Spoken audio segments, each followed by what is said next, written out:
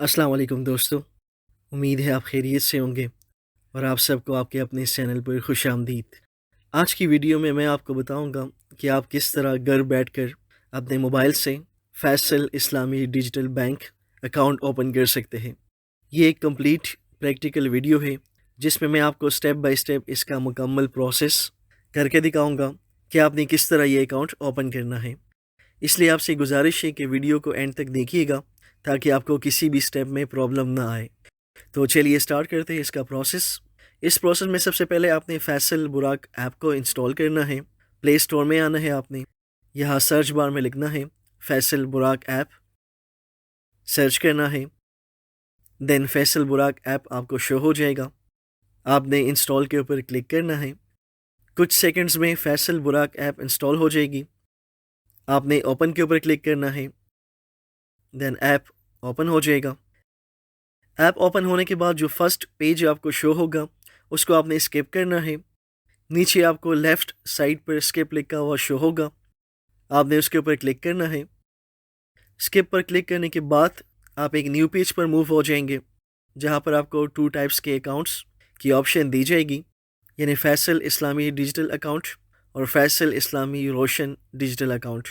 दोनों टाइप्स के अकाउंट्स में सिर्फ इतना डिफरेंस है कि फैसल इस्लामी रोशन डिजिटल अकाउंट ओवरसीज़ पाकिस्तानी के लिए है, जबकि फैसल इस्लामी डिजिटल अकाउंट रेजिडेंट पाकिस्तानी के लिए है। अब इसमें आपने जो अकाउंट सेलेक्ट करना है वो फर्स्ट ऑप्शन इस्लामी डिजिटल अकाउंट को सिलेक्ट करना है। अप्लाई नो के ऊपर आपने क्लिक करना है। देन नेक्स्ट पेज पर आप आ जाएंगे। इस पेज पर आपको सारे स्टेप्स मेंशन होंगे कि आपने कौन कौन से स्टेप को कंप्लीट करना है, और इन सारे 5 स्टेप्स को कंप्लीट करने के बाद कुछ ही मिनट्स में आपका अकाउंट एक्टिवेट हो जाएगा। इस पेज पर आपने नीचे कंटिन्यू के ऊपर क्लिक करना है। कंटिन्यू पे क्लिक करने के बाद आपको एक नोटिफिकेशन शो हो जाएगी जिसमें आपने वाइल यूजिंग द ऐप के ऊपर क्लिक करना है।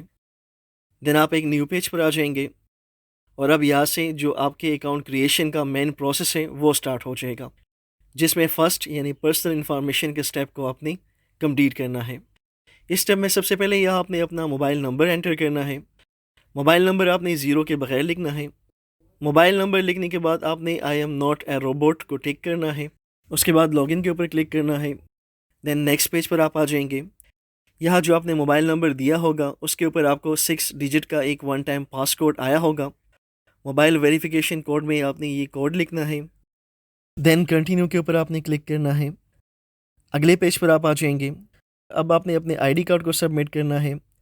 पहले आईडी कार्ड के फ्रंट साइड को सबमिट करेंगे। अटैच के ऊपर आप क्लिक करेंगे। देन आपके मोबाइल की गैलरी ओपन हो जाएगी जहाँ से आपने अपने आईडी कार्ड की फ्रंट साइड को अपलोड करना है, जिस भी फोल्डर में आपने आईडी कार्ड की इमेजेस सेव की होगी।